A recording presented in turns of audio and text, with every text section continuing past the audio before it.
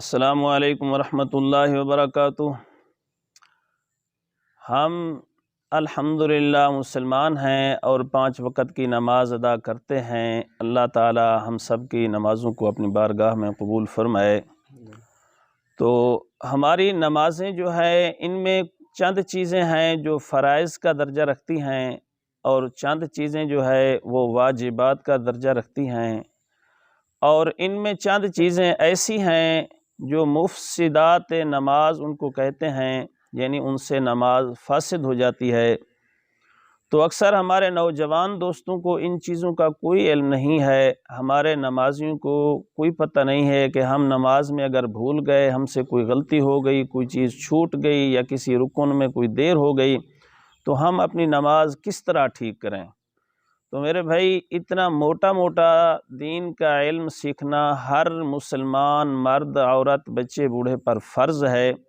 تو ہمیں یہ سیکھنا چاہیے کہ ہماری نماز میں کون کون سی چیزیں فرض ہیں اور کون کون سی چیزیں واجب ہیں، اور کون کون سی چیزیں ایسی ہیں کہ اگر وہ نماز میں واقع ہو جائیں تو ہماری نماز فاسد ہو جائے گی، ٹوٹ جائے گی۔ تو ان چیزوں کا علم رکھنا ہر انسان مسلمان کے لیے لازمی ہے۔ تو ان میں سے میں آج انشاءاللہ آپ کو فرائض نماز کے بارے میں کچھ بتانا چاہتا ہوں کہ ہماری نماز میں کتنے فرض ہیں۔ دوستو توجہ سے سنیں، نماز میں 13 فرض ہیں، ان میں سے 7 باہر کے ہیں اور 6 اندر کے ہیں۔ 7 فرض ایسے ہیں جن کو شرائط نماز کہا جاتا ہے، اور 6 فرض ایسے ہیں جن کو ارکان نماز کہا جاتا ہے۔ شرائط نماز، سب سے پہلا فرض جو ہے وہ ہے جسم کا پاک ہونا۔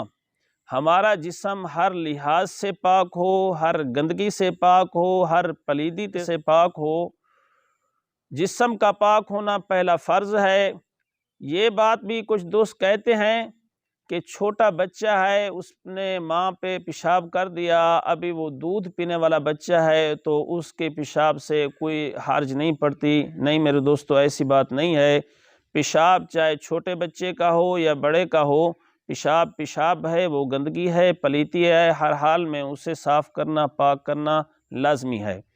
تو ہر لحاظ سے ہمارا جسم پاک ہو۔ اور یہ بات بھی توجہ سے سنیں، ہمارے ناخنوں پہ جو مالش لگی ہوئی ہوتی ہے، اس مالش میں ایسی چیزیں ہیں جو حرام ہیں۔ اول تو مالش لگی ہوئی ہو، اس پہ غسل بھی نہیں ہوتا اور اس سے وضو بھی نہیں ہوتا جب تک کہ آپ اتارے نہیں۔ اس کے علاوہ یہ ہے کہ ناپاک چیز لگی ہوئی ہے تو ہماری نماز نہیں ہوگی۔ ایک اور چیز، ہمارے جو مالدار لوگ ہیں، یعنی جانور چرانے والے یا جانوروں کے کام کرنے والے، ان کے پاؤں پہ اکثر یہ ایڑی کی طرف جو پاؤں پھٹ جاتے ہیں تو اس میں میل جم جاتی ہے یا گوبر لگ کے خشک ہو جاتی ہے، تو وہ جب وضو کرتے ہیں تو اوپر سے پانی چلا جاتا ہے۔ میرے بھائی، جب تک ہم اس میل کچیل گندگی کو صاف نہیں کریں گے، اصل جلد تک پانی نہیں پہنچے گا، نہ ہمارا غسل ہوگا، نہ ہمارا وضو ہوگا، اور نہ ہی ہماری نماز ہوگی، کیونکہ نماز میں جسم کا پاک ہونا پہلا فرض ہے۔ دوسرا فرض، لباس کا پاک ہونا۔ ہمارا لباس ہر لحاظ سے پاک ہو، گندگی سے پاک ہو، چھینٹوں سے پاک ہو۔ اکثر یہ ہوتا ہے کہ ہمارے ساتھی جو دنیاوی کام میں مشغول ہیں تو قضائے حاجت کے وقت، یعنی پیشاب بیٹھتے وقت، وہ اس چیز کی احتیاط نہیں کرتے، پیشاب کی چھینٹیں کپڑوں پر، جسم پر پڑتی ہیں اور وہ ان کا خیال نہیں رکھتے، جس کی وجہ سے ان کی نماز نہیں ہوتی۔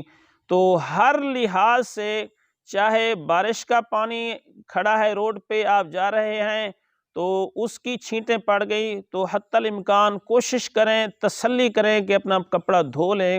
اللہ تعالیٰ نے ہم پر کرم فرمایا کہ کپڑے کو دھونے سے کپڑا پاک ہو جاتا ہے، ورنہ پہلے انبیاء کی امتوں میں جو مسئلہ تھا کپڑے کا پاک ہونا، وہ یہ تھا کہ کپڑا جب ناپاک ہو گیا تو اس کو کاٹنا پڑتا تھا، پھر وہ پاک ہوتا تھا، وہ جگہ کاٹ دیتے تھے، ناپاک جگہ کاٹ دیتے تھے۔ لیکن اللہ نے ہم پہ کرم کیا، فضل فرمایا، رحم فرمایا، آسانی کی ہمارے دین پہ کہ ہمارا کپڑا دھونے سے پاک ہو جاتا ہے۔ تو میرے بھائی ہر لحاظ سے کپڑے کا پاک ہونا نماز کے لیے دوسرا فرض ہے۔ ایک لباس جو چھوٹے بچوں والی مائیں ہیں وہ اپنا ایک لباس ایک سوٹ علیحدہ رکھ دیں، نماز کے وقت اسی کو پہن لے، آسانی ہے۔ یہ کہنا کہ میرا کپڑا ٹھیک نہیں رہتا میں نماز نہیں پڑھتی، یہ بڑی غلط بات ہے۔ میرے دوستو، قیامت کے دن اللہ کے حضور ہم کیا جواب دیں گے؟ اور تیسرا فرض ہے ستر کا چھپانا۔ مرد کا ستر گھٹنوں سے ناف تک ہے اور عورت کا پورا جسم ستر ہے، صرف چہرہ، ہتھیلی اور پاؤں، اس کے علاوہ پورا جسم ستر ہے۔ نماز میں اس سارے ستر کا چھپانا تیسرا فرض ہے۔ اور چوتھا فرض ہے جگہ کا پاک ہونا۔ ہم جس جگہ پہ نماز پڑھ رہے ہیں وہ جگہ ہر لحاظ سے پاک صاف ستھری ہونی چاہیے، اس کا ہمیں خیال کرنا چاہیے۔ اور پانچواں فرض ہے قبلہ کی طرف رخ ہونا۔ ہم جہاں بھی ہیں، جس جگہ پہ ہیں، ہمارا رخ عین قبلہ کی طرف ہو، چاہے ہم سواری پہ کیوں نہیں، ہم جہاز پہ کیوں نہیں، ہم جس جگہ پہ ہیں جب نماز کی نیت کریں گے تو قبلہ کی طرف رخ کرنا بالکل لازمی بات ہے۔ اور چھٹا فرض یہ ہے کہ جو ہم نماز پڑھ رہے ہیں اس نماز کا وہ وقت ہو۔ ایسا نہ ہو کہ ہم ظہر کی نماز پڑھ رہے ہیں اور وقت عصر کے اندر داخل ہو گیا، اور عصر کی پڑھ رہے ہیں وقت مغرب میں چلا جا رہا ہے، ایسا نہیں کرنا۔ لیکن نماز کا وقت ہونا، صحیح وقت میں نماز پڑھنا، یہ لازمی ہے۔ ساتواں فرض یہ ہے جس کو شرائط نماز کہتے ہیں کہ نماز کی دل میں نیت کرنا کہ میں فلاں وقت کی فلاں نماز پڑھ رہا ہوں۔ مثال، میں عصر کی 4 رکعت نماز فرض ادا کر رہا ہوں، میں مغرب کی 2 رکعت سنت نماز پڑھ رہا ہوں، میں عشاء کی 3 وتر واجب ادا کر رہا ہوں۔ تو نماز کا وقت، نماز کی تعین، یعنی جو سنت نفل فرض پڑھ رہے ہیں اس کا تعین، یہ دل میں ارادہ کرنا، یہ بھی لازمی ہے۔ اللہ تعالیٰ توفیق عمل عطا فرمائے۔